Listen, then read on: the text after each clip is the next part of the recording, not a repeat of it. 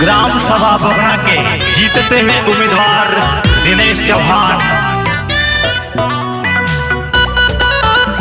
जी हां, ग्राम सभा बगना के प्रधान पद के जीतते हुए उम्मीदवार दिनेश चौहान। ग्राम सभा बोगना से प्रधान पद के भावी प्रत्याशी दिनेश चौहान। जी हां, दिनेश चौहान।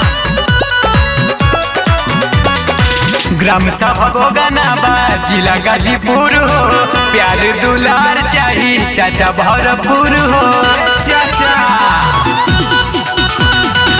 ग्राम सभा बोगना बा जिला गाजीपुर हो, प्यार दुलार चाही भैया भरपूर हो। हाथ जोड़ी करेला गोहरिया हो, गोहरिया हो। दिनेश भैया के तू विजयी बनाई हो, मार के अपन मोहरिया हो। दिनेश भैया के तू विजयी बनाई हो, मार के अपन मोहरिया हो।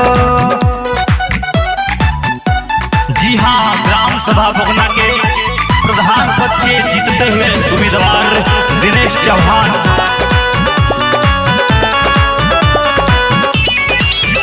ग्राम सभा बोगना से प्रधान पद के भावी प्रत्याशी दिनेश चौहान।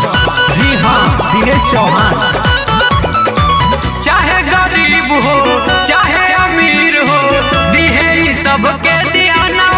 भैया तू जिताइए दिहाना, ए चाचा तू जिताइए दिहाना, ए चाचा तू जिताइए दिहाना। चाहे गरीब हो चाहे अमीर हो, दिहे सबके दियाना।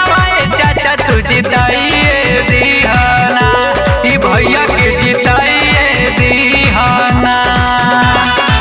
बोगना के सुधारी डगरिया हो, डगरिया हो। भैया दिनेश के तू विजयी बनाई हो, मार के अपन मोहरिया हो।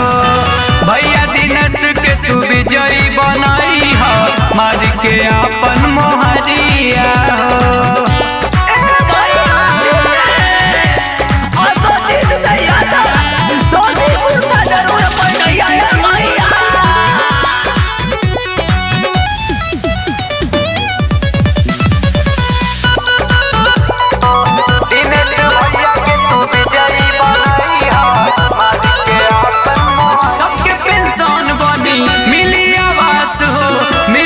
सबके रसनवा चाची तनी तू सुनाना, चाची तनी बतिया के गुनाना, चाची तनी बतिया के गुनाना।